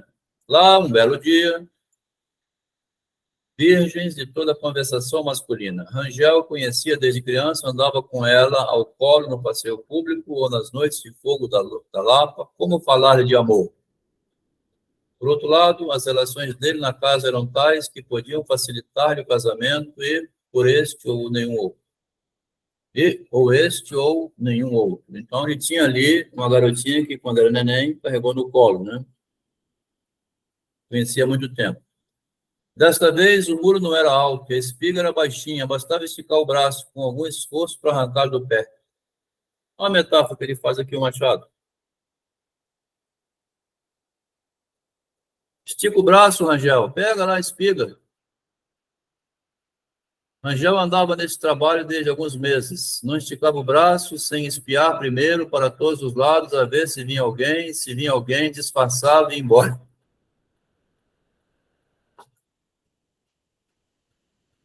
Quando chegava a esticar o braço, acontecia de uma lufada de vento, meneava a espiga ou algum passarinho andava ali as folhas secas.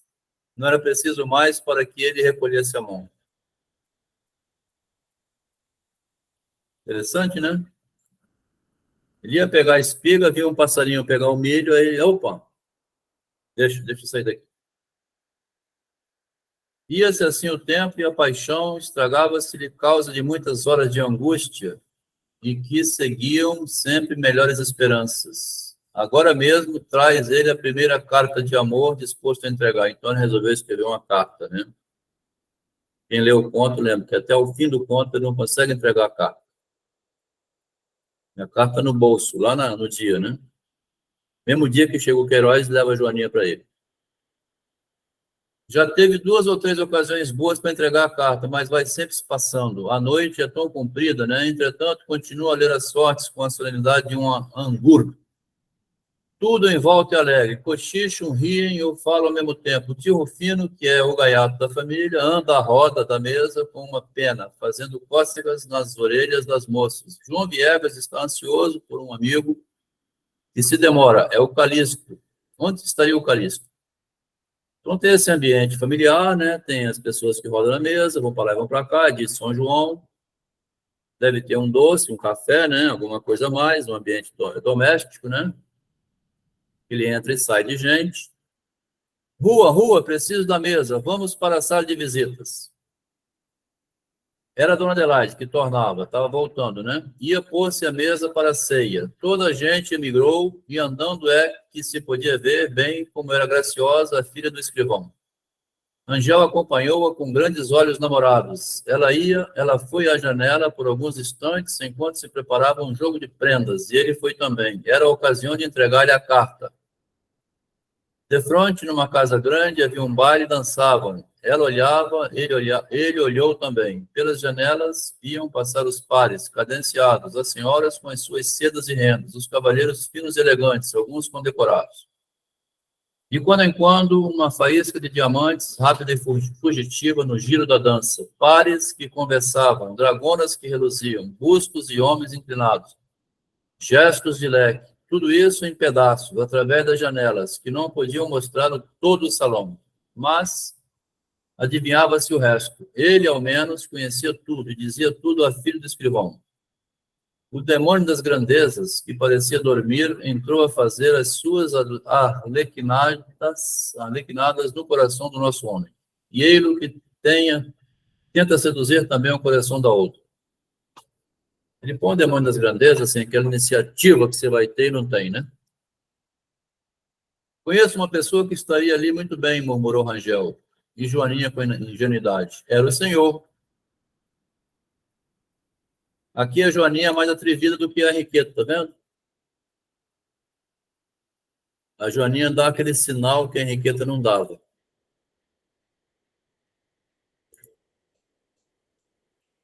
Quando dá uma deixa dessa, é a hora dele pegar, né? Ah, sou eu que você... Não, então tá bom, vem cá, me dá um beijo aqui. Pega na mão dela, né?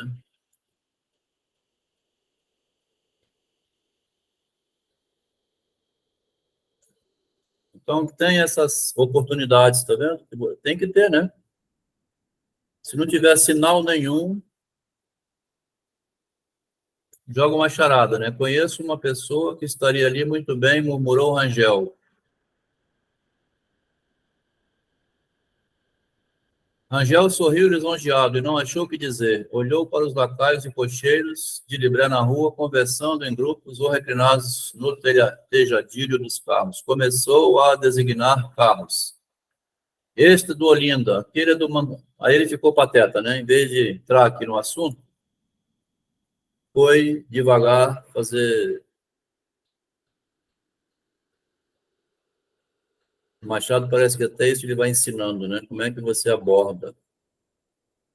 E se a moça deu a oportunidade, ele vai ficar contando o carro. Deixa eu ver, passou um Fusca, agora passou um ônibus. A Joaninha deve ter falado assim, esse Rangel é um pateta, né? Começou a designar os carros. Esse é de Olinda, aquele é de Maranguape, mas aí vem outro, rodando na Rua da Lapa, entra na Rua da Mangueira, parou em fronte, salta o lacaio, abre a portinhola, tira o chapéu, perfila-se, sai de dentro uma cabeça. Um homem, 2 comendas, depois uma senhora, ricamente vestido, entra no salão, sobe a escadaria, forrada de tapete. Ele vai ver a paisagem inteira, mas não pega na cintura dela, né? Joaninha, senhor Rangel? Maldito jogo de prendas. Justamente quando ele formulava na cabeça uma insinuação a propósito, o casal que subia, ele ia falar alguma coisa, mas ficou preso, né? E assim passar naturalmente a entrega da carta. Ainda ia entregar uma carta ainda, né? Se ela já tinha dito, né? Rangel obedeceu, sentou-se de frente da moça, dando Dona Adelaide, que dirigiu o jogo de prendas, chamaram para o jogo de prendas, né? Recolhi os nomes. Cada pessoa devia ser uma flor. Está claro que o tio Rufino, sempre gaiato, escolheu para si a flor da... Fala, Maria? Não é Márcia? Fala, Márcia. Adelma, eu acho interessante, assim, porque esse conto, né, dá para a gente perceber como que o narcisismo, né, ele tanto impulsiona quanto freia, né? Porque pela vaidade, o Rangel, né, não se tirava, né? Você pode ver que ele procurava uma mulher, mas não achava a altura. Então, assim, é uma vaidade que ele tinha, né? Mas aqui ele achou uma mulher à altura, ele queria ela, né? Aí... mas então, assim, essa timidez dele também me faz pensar um pouco em narcisismo. Ah, sim, o narcisismo com timidez, né? O narcisismo é sempre o medo moral, né? A timidez é o medo moral, né? Quer dizer, o que pode pensar de mim? Porque é sexo, né? Na verdade, o amor, assim, essa coisa de aproximar da mulher tem a sujeira toda da sexualidade, né? Pornografia, vergonha, o desejo sexual por detrás, né? Do Porque o homem, outro, né? esqueci o nome do outro, o Queiroz, né? Que Uhum. chegou, todos chamando atenção, né? Assim, a primeira impressão que a gente tem né? Olha, né? Como ele é narcisista, né? E, na verdade, o Rangel também é. Mas o Queiroz, que o Machado sempre põe o indeciso. O resolvido, que resolve tudo, não gera drama psicológico, né? Quer dizer, o Queiroz não traz dilema nenhum, né? O dilema está na mente todo do homem que não tem consegue fazer a preocupações, passagem. hein? Não consegue fazer a passagem, né? É o que fica no impasse, calculando, né? Porque a lei é um problema, né? E a lei não é só uma lei da polícia, aqui é a lei da imagem, assim. A Joaninha abriu uma brecha aqui, né? Mas ele não aproveitou. Isso aqui é uma maneira do Machado dizer. Ele podia dizer assim, mas o Rangel não aproveitou. O Machado diz de outras maneiras. Mas Rangel ficou com a sua vaidade que o cegou. Pois pelo narcisismo não seria isso, né? Seria mesmo a vergonha de, sim, um impasse, né? Um impasse, porque no jogo de sedução, a mulher dá um sinal, né?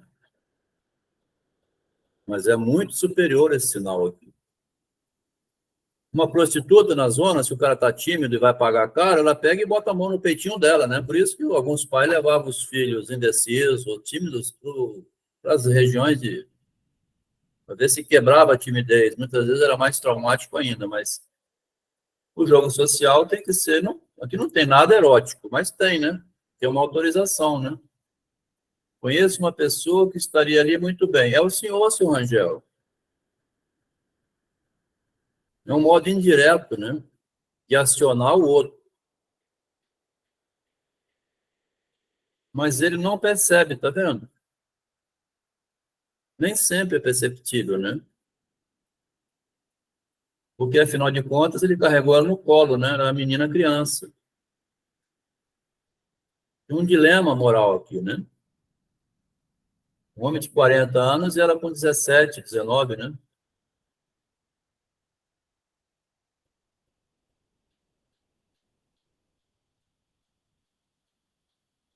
Rangel obedeceu e sentou-se de frente que dirigiu o jogo de prenda. Recolhia os nomes. Cada pessoa devia ser uma flor. Está claro que o tio Rufino, sempre gaiato, escolheu para si a flor de abóbora. Quanto a Rangel, gaiato e flor de abóbora, bom, deve ter um motivo.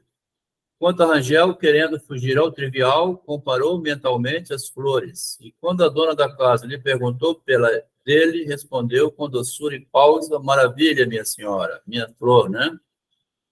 O pior é não estar cá o Calixto, falou o escrivão. Ele disse mesmo que vinha? Disse, ainda ontem foi ao cartório, de propósito, avisar-me que viria tarde, mas que contasse com ele. Tinha de ir a uma brincadeira na rua da Carioca. Licença para dois, bradou uma voz no corredor. Ora, graças, aí está o homem. João Viegas foi abrir a porta. Era Calixto, acompanhado de um rapaz estranho que ele apresentou a todos em geral, que era o Queiroz. Queiroz, empregado na Santa Casa. Não é meu parente, apesar de se parecer comigo. Quem vê um, vê outro. Todo mundo riu. Era uma pilheira do Calixto, feio como o diabo. Ao passo que o Queiroz era bonito, rapaz bonito, né? 26 anos, 27 anos. Cabelo negro, olhos negros, singularmente belo. As moças retraíram-se um pouco. Dona Felizmina abriu todas as velas.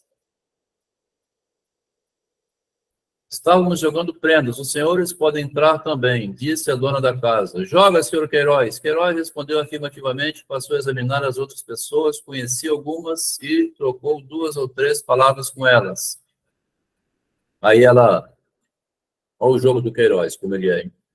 Ao João Viegas disse que desde muito tempo desejava conhecê-lo por causa de um favor que o pai lhe deveu outrora, negócio de foro. João Viegas não se lembrava de nada, nem ainda diz depois que ele lhe disse o que era, mas gostou de ouvir a notícia, em público. Então o Queiroz entra mostrando que ele sabe fazer o jogo da aproximação e conveniência e ser agradável, né? Olhou para todos e durante alguns minutos regalou-se calado. Queiroz entrou em cheio no jogo. Isso aqui é uma frase de Machado, né? Entrou no jogo em cheio, né? Então, um jogo, e tem outro jogo por trás. No fim de meia hora, estava familiar a casa. Esse é o jogo. Eu botei, repete um pouco o tema de curiosidade, que tinha um cara igualzinho esse Queiroz. Chegou, conquistou todo mundo, levou a noiva embora e o Conceição ficou sem mulher.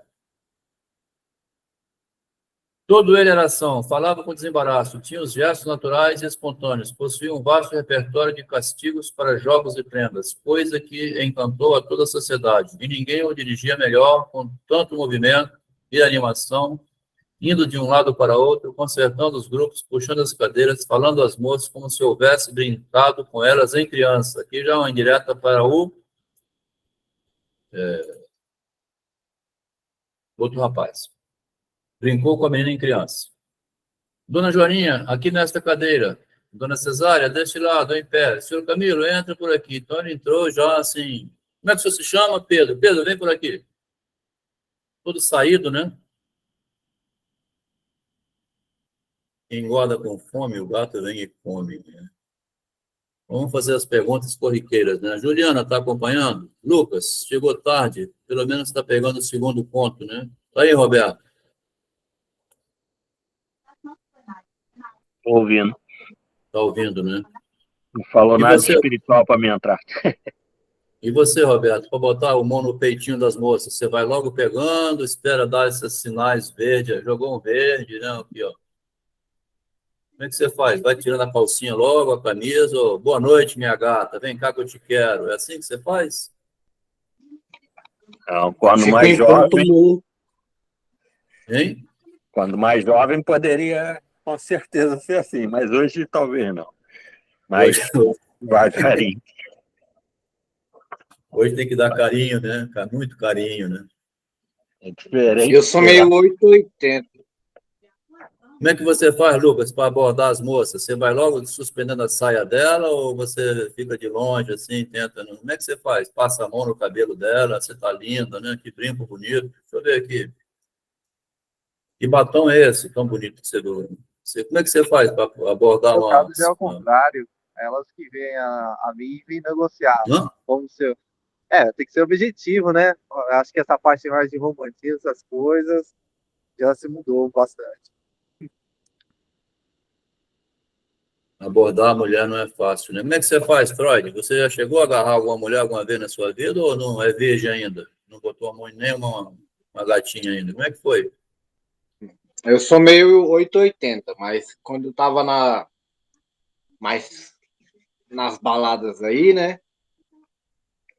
Às vezes eu ficava retraído e tinha dia que eu tava bem fogoso, que eu partia pra cima, mas normalmente elas que dão um primeiro sinal, eu só aproveito. Algumas E é bem você, explícito, e você, outras Juliana, são como é que você faz para agarrar os homens, Juliana? Você joga a bolsa, deixa a bolsa cair no chão, fala que está sem dinheiro, sem troco. Como é que você faz? Bebe cerveja? Tem alguma. Loucos por amor, como é que você faz? Deixa cair no chão uma caneta para ver se o interessado pega e abaixa, entrega na mão? Ou vira assim de lado, assim, mostra um decote, né? Como é que faz para poder.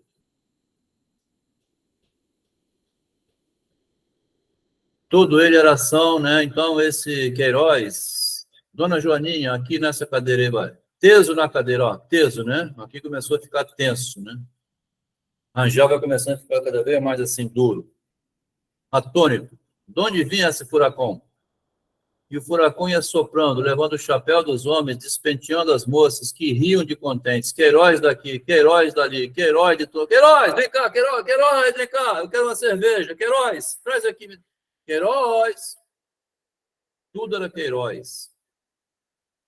Rangel passou da estupefação à morte, ficou mortificado. Era o cetro que lhe caía das mãos, tá vendo? Não olhava para o outro, não se ria do que ele dizia e respondia-lhe seco. Interiormente mordia-se e mandava ao diabo, chamava de bobo alegre, que fazia rir e agradar, porque nas noites de festa tudo é festa, mas repetindo essas e piores causas, não chegava a reaver a liberdade do espírito. Padecia deveras no mais íntimo do amor próprio. E o pior é que o outro percebeu toda essa agitação, e o péssimo é que ele percebeu que era percebido.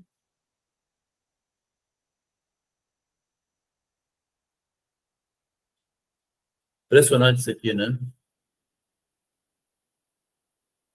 Aí tornou-se mais vaidoso ainda, porque viu o acanhamento do Rangel, um percebendo que o outro percebe o outro, né? O Queiroz muito exibido e o Rangel muito retraído. Numa situação dessa, como é que você reverte a situação? Você tem que reverter, né? O Rangel, ou ele ir embora, né? Ah, vou embora porque não dá para mim mais. Ou ele entra em competição. Dá licença, Rangel. Queiroz, você chegou agora, né? Fez essa bagunça toda, mas aqui tinha uma organização antes, a gente estava conduzindo aqui alguma coisa. Quer dizer, o Rangel tem que mostrar a posição dele, não tem? Ou não, né?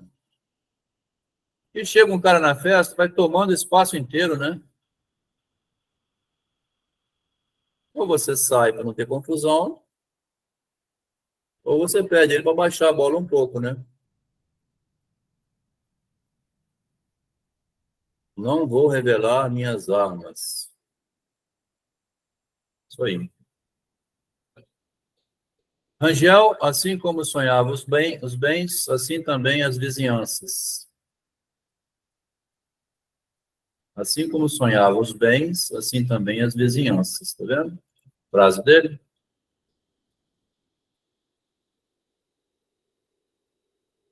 De cabeça, espatifou o Queiroz. Depois cogitou a possibilidade de um desastre qualquer. Uma dor bastava, mas coisa forte, que levasse dali aquele intruso. Então, a rivalidade, o narcisismo é isso aqui, né? A vaidade, a competição, a rivalidade, né? Um derrotado e o outro vencido, imaginando o que faria, tá vendo? Tudo no imaginário, né? Essa filha de uma puta tomou meu marido, como é que eu faço, né? Você fica numa situação em que pode sair gritando, fazendo, né? Como é que chama? A mulher, ela roda a baiana, chuta o pau da barraca, dá um piti. Ah, eu dei um piti, fiquei louca, né? Eu vi meu marido indo embora. Como é que você faz, né?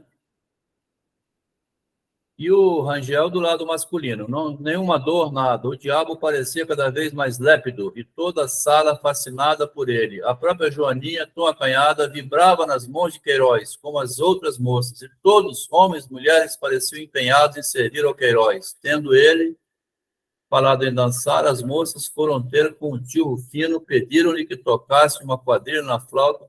Tio Rufino, toca uma quadrilha, o Queiroz quer dançar.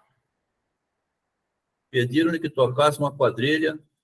Não posso, dói-me o calo. Flauta, bradou o Calixto. Peçam ao Queiroz que nos toque alguma coisa. Em verão, o que é flauta? Vai buscar a flauta, Rufino. Ouça o Queiroz. Não imaginam como ele é... Então, o rapaz que trouxe o Calixto recomenda o próprio Queiroz. Queiroz tocou a Casta Diva. Que coisa ridícula, dizia o Rangel. Uma música que até os moleques assoviam na rua. Olhava para ele de revés, mas para considerar se aquilo era a posição de homem sério, e concluía que a flauta era um instrumento grotesco. Olhou também para Joaninha e viu que, como todas as outras pessoas, tinha atenção no Queiroz, embebida, namorada, dos sons da música, estremeceu sem saber por quê. Os demais semblantes mostravam a mesma expressão dela, e, contudo, sentiu alguma coisa que lhe complicou a aversão ao intruso. Quando a flauta acabou, Joaninha aplaudiu menos que os outros, e Rangel entrou em dúvida se era o habitual acanhamento, se alguma especial comoção. Urgia entregar-lhe a carta. Agora eu tenho que entregar essa carta, gente, eu tenho que entregar essa carta. Eu vou lá entregar essa carta. Como é que eu faço para entregar essa carta? Chegou a ceia, toda a gente entrou confusamente na sala. Infelizmente, para o Rangel, coube-lhe ficar pertinho da Joaninha, com os olhos, cujos olhos estavam mais belos que nunca, e tão derramados que não pareciam de costume. Rangel saboreou-los caladamente e reconstruiu todo o seu sonho que o diabo do Queiroz abalara com um piparote. Foi assim que tornou a ver-se ao lado dela na casa que ia alugar. Tony se viu, né, com ela. Berço de noivos, que ele enfeitou com louros de imaginação. Chegou a tirar um prêmio na loteria e a empregá-lo todos em sedas e joias para a mulher. A linda Joaninha, Joaninha Rangel, Dona Joaninha Rangel, Dona Joana Viegas Rangel, Dona Joana Cândida Viegas Rangel. Não podia tirar a Cândida. Vamos, uma saúde, seu diplomático. Faça uma saúde daquelas. Rangel acordou. A mesa inteira repetia a lembrança do tio Rufino. A própria Joaninha pedia-lhe uma saúde, como a do ano passado. Rangel respondeu que ia obedecer. Era só acabar aquela asa de galinha. Movimento, cochichos de louvor do Adelaide, dizendo-lhe uma moça que nunca ouvira falar ao Rangel. Não? Perguntou com pasmo. Não imagina, fala muito bem. Muito obrigado, muito explicado. Palavras escolhidas. Então, nunca tinha escutado um discurso do Rangel. Comendo, ia ele dando rebate a algumas reminiscências, porque ele era o diplomático, né, que fazia o discurso. Comendo, ia ele dando rebate a algumas reminiscências, frangalhos de ideias que lhe serviam para o arranjo das frases e metáforas. Acabou de pôr-se de pé, tinha um ar satisfeito e cheio de si. Afinal, vinham bater-lhe a porta, bateram a porta dele, mandando ele fazer um discurso, né? Cessara a farandulagem das anedotas, das pilhérias sem alma, e vinham ter com ele para ouvir alguma coisa correta e grave. Olhou em derredor, viu todos os olhos levantados, esperando por ele, não ia discursar, né? Agora o Rangel vai fazer o discurso. Esperando. Todos não. Os de Joaninha enviesavam na direção de Queiroz. Aí ele começou a observar que a Joaninha, né? E os deste vinham esperá-los a meio caminho. É o mesmo olhar que tinha lá em Bagatela, aquele Henrique com a Bagatela, né? A Gabriela. E o Max viu e ficou apavorado quando ele viu essa troca de olhares, né? O Machado tem muito, assim, troca de olhares, como indicativo de interesse entre um rapaz e uma moça, né? Todos não. Os de Joaninha enviesavam na direção de Queiroz, e os de Queiroz, no meio do caminho, numa cavalgada de promessas. Rangel ficou pálido, né, ao ver aquilo. A palavra morreu-lhe na garganta, mas era preciso falar. Esperava por ele com simpatia e silêncio. Obedeceu mal. Era justamente um brinde ao dono da casa e à filha. Chamava a esta um pensamento de Deus, transportado da imortalidade à realidade. frase que empregara 3 anos antes e devia estar esquecida. Joaninha foi transportada da imortalidade à realidade. Uma frase poética para ver se impressionava Joaninha, né?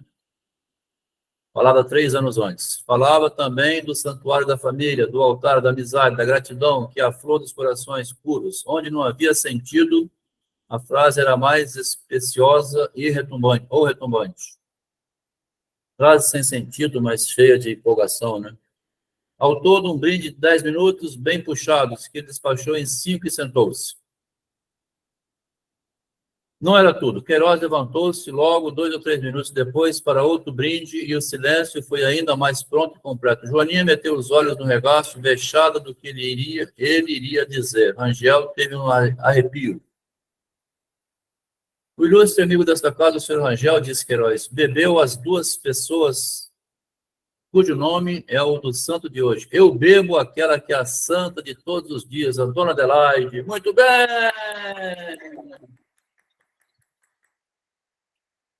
Queiroz foi logo na veia, né? Elogiar a mãe da Joaninha. Tem que agradar a sogra, né?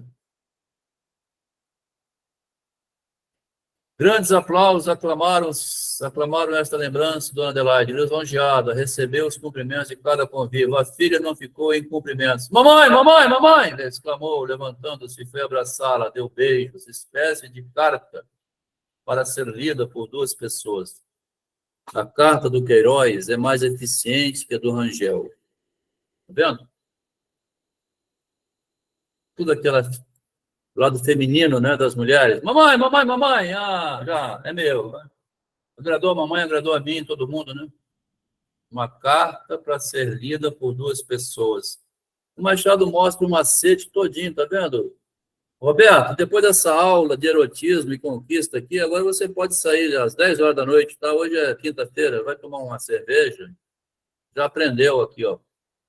Toda a aula, né? Você tem que agradar a sogra. Liga para... Se encontrar uma mulher na rua, você fala, como é o nome da sua mãe? Me dá o telefone dela. Aí você liga para a mãe dela, né? A senhora tem uma filha maravilhosa aqui na rua, que parabéns. E aí a filha vai gritar, mamãe, mamãe, mamãe, eu quero ficar com ele. Parece que a carta, né, é você falar bem com uma sogra, né? Espécie de carta para ser lida por 2 pessoas. Rangel passou da cólera ao desânimo e, acabada a ceia, pensou em retirar-se. Mas a esperança, demônio de olhos verdes, pediu-lhe que ficasse e ficou. Quem sabe? Era tudo passageiro, causas de uma noite, namoro de São João. Afinal, ele era amigo dessa causa de uma noite, depois ele vai botar assim, foi mesmo numa noite só. E tinha a estima da família. Bastava que pedisse a moça para obtê-la, mas não conseguia pedir, né? Tinha estima da família, tinha tudo, mas não conseguia pedir. Depois de esse Queiroz podia não ter meios de casar. Que emprego era o dele na Santa Casa? Talvez alguma coisa reles. Nisto olhou obliquamente a roupa de Queiroz, enfiou-se-lhe pelas costuras, começou a reparar, né? Bordadinho da camisa, apalpou os joelhos das calças, vendo o uso dos sapatos, concluiu que era um rapaz caprichoso, mas provavelmente gastava tudo consigo e casar era um negócio sério. Ele ofereceu algo sério a Joaninha, né? Rangel era só. Tio Rufino, toque uma quadrilha. Não posso. A flauta, depois de comer, faz digestão. Vamos a uma víspora. Jogo, né, de cartas. Rangel declarou que não podia jogar, estava com dor de cabeça, mas Joaninha veio a ele e pediu-lhe que jogasse com ela. Vem jogar comigo, vem, Rangel. Meia coleção para o senhor e meia para mim, disse ela sorrindo. Ele sorriu também e aceitou. Sentaram-se ao pé de um do outro. Joaninha falava-lhe, ria-lhe, levantava para ele os belos olhos, inquieta, mexendo muito a cabeça para os lados. Aqui é Machado Mephistófeles, né, o demoníaco, porque ela vai fazer com ele para valorizar mais ainda a ida embora com Queiroz. Rangel sentiu-se melhor, não tardou que se sentisse inteiramente bem, ia marcando à toa, esquecendo alguns números que ela lhe apontava com um dedo de ninfa, dizia ele consigo. E os descuidos passaram a ser de propósitos, para ver o dedo da moça e ouvi-la ralhar. O senhor é muito esquisito, olhe que assim perdemos o nosso dinheiro. Agora já não está a mesma coisa de antes, né? Ela está de olho no Queiroz. E lá atrás ela disse, jogou uma charada favorável, né? Agora jogou uma charada desfavorável, né? Vendo? As metáforas. Aqui em cima era...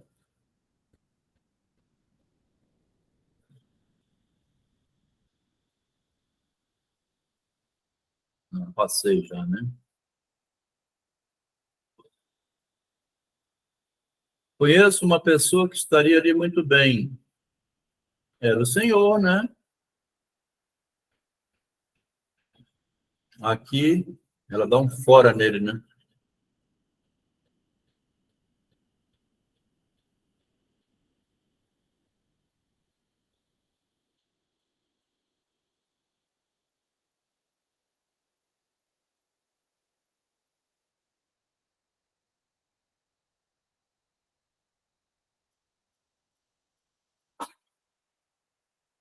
Rangel pensou em entregar-lhe a carta por debaixo da mesa, mas não estando declarados, era natural que ela recebesse com espanto, a essa altura da carta, né? Entregar agora, que homem doido, me entregar uma carta uma hora dessa aqui debaixo da mesa, que bicho tirado.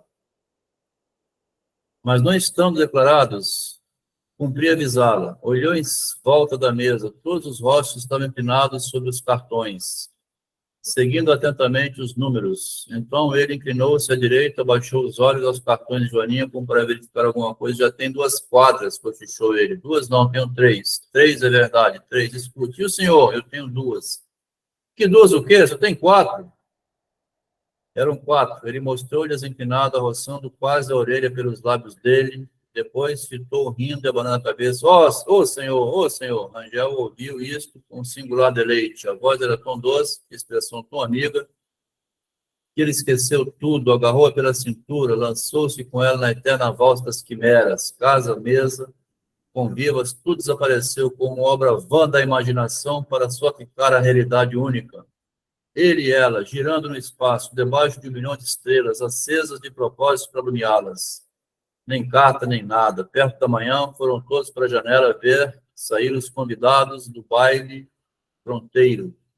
Angel recuou espantado. Viu um aperto de dedos entre Queiroz e a Joaninha. Quis explicá-lo, eram aparências, mas tão depressa destruía uma, como vinham outras e outras, à maneira das ondas que não acabam mais. Custava-lhe entender que uma só noite, algumas horas bastassem para ligar assim 2 criaturas.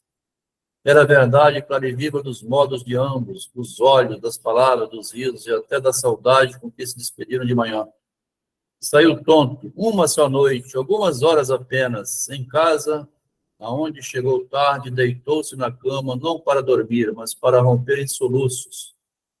Só consigo foi-se-lhe o aparelho de afetação, e já não era o diplomático, era o energúmeno, que rolava na cama, bradando, chorando como uma criança, infeliz deveras por esse triste amor de outono. O pobre diabo, feito de devaneio, indolência e afetação, era em substância tão desgraçado como Otelo, e tendo um desfecho mais cruel. Otelo mata Desdémona, pelo menos acontece uma morte, quer dizer, desfecho de Machado é mais cruel, porque uma vez lá, inferno, né, cadeia, morte. O nosso namorado, em quem ninguém pressentira nunca a paixão encoberta, serviu de testemunha ao Queiroz, quando esse se casou com Joaninha, 6 meses depois. Esse que é o desfecho mais cruel, né? Continuar vivo, sofrendo, né? O desfecho mais cruel, porque ainda foi testemunha do casamento. Nem os acontecimentos, nem os anos lhe mudaram a índole. Quando rompeu a guerra do Paraguai, teve ideia, muitas vezes, de alistar-se como oficial de voluntários. Não o fez, nunca, mas é certo que ganhou. Aqui é na imaginação, né? Não alistou-se, ele imaginou fazer isso, não fez. No imaginário, fez isso aqui, né? Ganhou medalhas de brigadeiro. Aqui eu botei assim, é comum em Machado a pessoa assim, vencida, desiludida, derrotada, ele oferecer-se como capitão de voluntários. Tem uns contos que falam isso. Ter a guerra como estímulo para viver e a desculpa de morrer, né? vai para a guerra e toma um tiro ou mata, né? Vai matando enquanto não morre. É uma forma que o Machado diz de solução para o caiporismo da vida, né? Quando tem um caiporismo assim muito destruidor, a alternativa seria ter outra forma de morrer e disfarçar-se o suicídio, né? A vida da gente, então, a gente conclui com esses pontos, é esse jogo de caipora, assim, que você vence e perde. E, se tiver cabeça, sobrevive, se não, morre, né? Mata, morre, né? Impressionante como Machado é Freud, né? Psicanálise, né? Porque a psicanálise propõe você sempre conseguir fazer o giro pela linguagem, né? Por isso que tem a pessoa que vai 40 anos ao analista, ela consegue manter-se viva, tendo uma semana seguinte, uma sessão, ela paga R$200, R$100, sei lá o preço, mas ela vai empurrando a vida para frente, né? É um derrotado desse aqui, né? Mas que, para o Machado, era se virar sozinho. A psicanálise criou uma indústria aí de escuta, né? Psicologia, e na época do Machado não existia psicologia, né? Psicologia é coisa recente, né? 1860 não tinha, 1970, 1960 começou a surgir no Brasil os cursos de psicologia, né? Alguma coisa psicológica na medicina também. O Freud começou a ser traduzido para o português em 1972, tem 50 anos somente, né? É recente que tem a psicanálise. Então, para a pessoa comum, eu já fui essa pessoa comum, tive uma crise em 2003, eu não entendia nada, era só engenheiro, né? Fui 13 anos seguidos ao analista, 2 vezes por semana, falar da miséria da vida, né? Para não ser oferecer-me aqui como um oficial de voluntários, né? Outra alternativa é cachaça, né? Então, a gente fala um pouco mal da psicanálise do ponto de vista, assim, cria um religioso, né? Mas é importante ter também quando está mal demais, né? A vida desse Rangel, por exemplo, não consegue nada, né? Com 40 e poucos anos, a esperança que ele tinha, perdeu para o Queiroz. Talvez mais na frente apareça uma viúva de 50 anos, 40, igual a Felizmina, né? E tinha aqui a Felizmina, doida por um parceiro, né?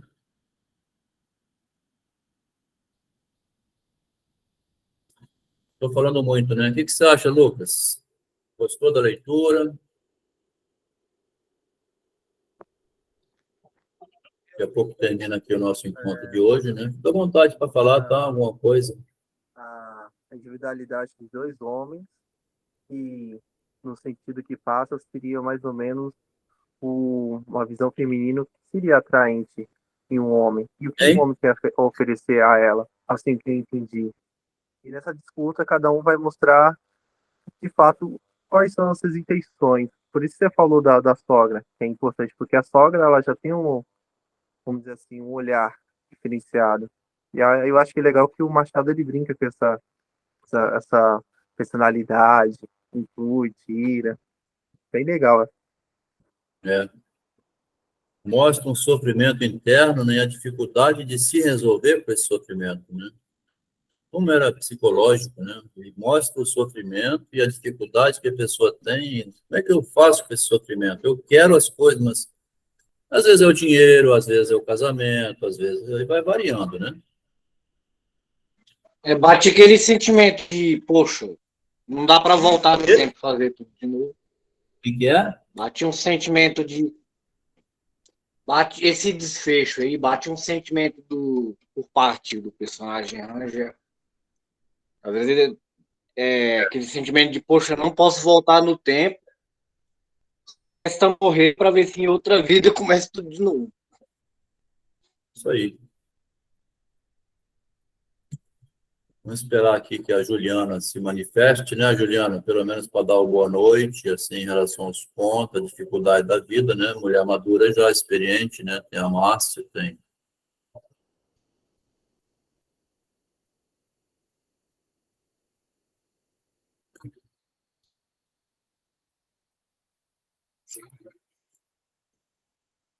Começar a caminhar para o encerramento, então.